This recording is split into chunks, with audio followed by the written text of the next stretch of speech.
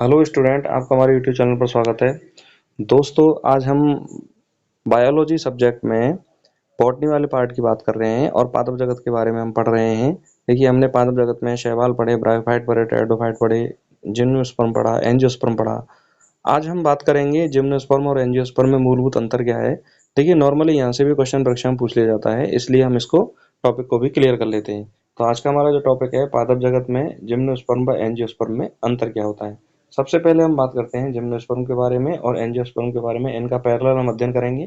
देखिए, जिम्नोस्पर्म के अधिकतर जो पौधे होते हैं वो काष्ठीय वृक्ष होते हैं, जबकि एंजियोस्पर्म में पौधे शाख, झाड़ी और वृक्ष के रूप में पाए जाते हैं। जिम्नोस्पर्म के जो पौधे होते हैं वो ज्यादातर जीरोफाइट मरुद्भिद वनस्पति के रूप में पाए जाते हैं, जबकि एंजियोस्पर्म के पौधे सभी आवासों में पाए जाते हैं। चाहे वो कोई सा भी आवास हो, सभी में एंजियोस्पर्म के पौधे पाए जाते हैं। जिम्नोस्पर्म के पौधे की पत्तियां जो होती हैं वो एवरग्रीन होती हैं, सदाहरित होती हैं, जबकि एंजियोस्पर्म के पौधे की पत्तियां डेसिडुअस यानी कि पर्णपाती या एवरग्रीन सदाहरित रहती हैं। जिम्नोस्पर्म में पुष्प शंकु के रूप में यूनिसेक्सुअल होता है, एकलिंगी होता है, जबकि एंजियोस्पर्म में सत्य पुष्प पाया जाता है, शंकु का अभाव होता है और यह पुष्प एकलिंगी हो सकता है या द्विलिंगी हो सकता है, अर्थात नर पुष्प या मादा पुष्प या एक ही पुष्प पर नर व मादा जनन संरचनाएं पाई जाती हैं एंजियोस्पर्म में। अगर हम बात करें जिम्नोस्पर्म में, तो जिम्नोस्पर्म में जायांग में स्टिग्मा, स्टाइल और ओवेरी नहीं पाई जाती, जबकि एंजियोस्पर्म में स्टिग्मा, स्टाइल और ओवेरी, वर्तिकाग्र, वर्तिका और अंडाशय तीनों संरचनाएं पाई जाती हैं। आगे हम बात करें जिम्नोस्पर्म में परागण वायु परागण होता है, जिसे हम एनिमोफिली कहते हैं, अर्थात परागकण सीधे बीजांड पर स्थापित होता है। और एंजियोस्पर्म में परागण वायु, कीट, पक्षी, जल, जंतु द्वारा होता है और परागकण वर्तिकाग्र पर स्थापित होता है। किस पर स्थापित होता है? वर्तिकाग्र पर, और वहां से पराग नलिका निकलती है जो अंडाशय में जाती है और एग से मिलकर निषेचन करती है। जिम्नोस्पर्म में स्त्रीधानी उपस्थित होती है, जबकि एंजियोस्पर्म में स्त्रीधानी अनुपस्थित होती है। भ्रूणकोश पाया जाता है, एम्ब्रियोसैक पाया जाता है। भ्रूणकोश मतलब एम्ब्रियोसैक पाया जाता है। अगर हम बात करें जिम्नोस्पर्म में पॉली एम्ब्रियोनी पाई जाती है, पॉलीम्ब्रियो मतलब बहुभ्रूणता पाई जाती है जिम्नोस्पर्म में, जबकि एंजियोस्पर्म में बहुभ्रूणता अनुपस्थित होती है। लेकिन सिट्रस कुल या नींबू कुल के पादपों में, जिनमें नींबू, संतरा, मौसमी आते हैं, उनमें बहुभ्रूणता पाई जाती है।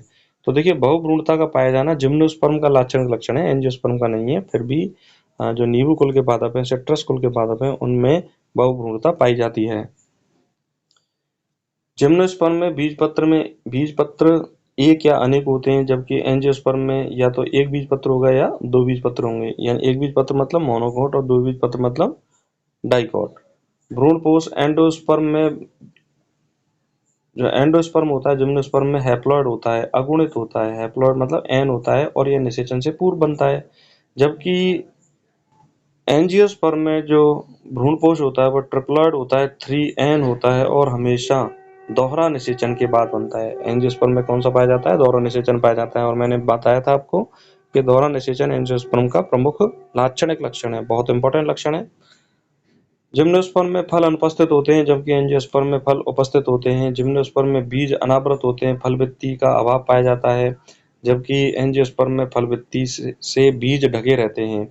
जिम्नोस्पर्म में वेसल्स अनुपस्थित होते हैं, जबकि एंजियोस्पर्म में वेसल्स उपस्थित होते हैं। जिम्नोस्पर्म के कौन से वर्ग है जिसमें वेसल्स यानी वाहिकाएं पाई जाती हैं? नीटोफाइटा में वाहिकाएं पाई जाती हैं, नीटम, एफिड्रा, बेल्वेस्चिया में वाहिकाएं पाई जाती हैं, जबकि एंजियोस्पर्म में ट्रोकोडेंड्रॉन, क्लोरेंथस में वाहिकाएं नहीं पाई जाती। मोस्ट इंपॉर्टेंट है कि कौन से एंजियोस्पर्म प्लांट हैं जिनमें वाहिकाएं नहीं पाई जाती?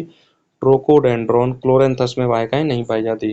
जिम्नोस्पर्म में कंपेनियन सेल नहीं पाई जाती, जबकि एंजियोस्पर्म में कंपेनियन सेल पाई जाती हैं। तो इस तरह से हमने जिम्नोस्पर्म और एंजियोस्पर्म के बीच जो प्रमुख अंतर है उनको पढ़ा। यहाँ से नॉर्मली क्वेश्चन पूछ लिया जाता है, और ये जो अंतर है परीक्षा की दृष्टि से बहुत ज़्यादा मोस्ट इंपॉर्टेंट है। आशा करता हूँ कि ये क्लास आपको समझ में आई होगी। अगर आपकी कोई क्वेरी है तो कमेंट करके हमें ज़रूर बताएं, और जो भी स्टूडेंट पहली बार इस चैनल को देख रहे हैं, इस चैनल को ज़रूर सब्सक्राइब करें। नमस्कार, धन्यवाद।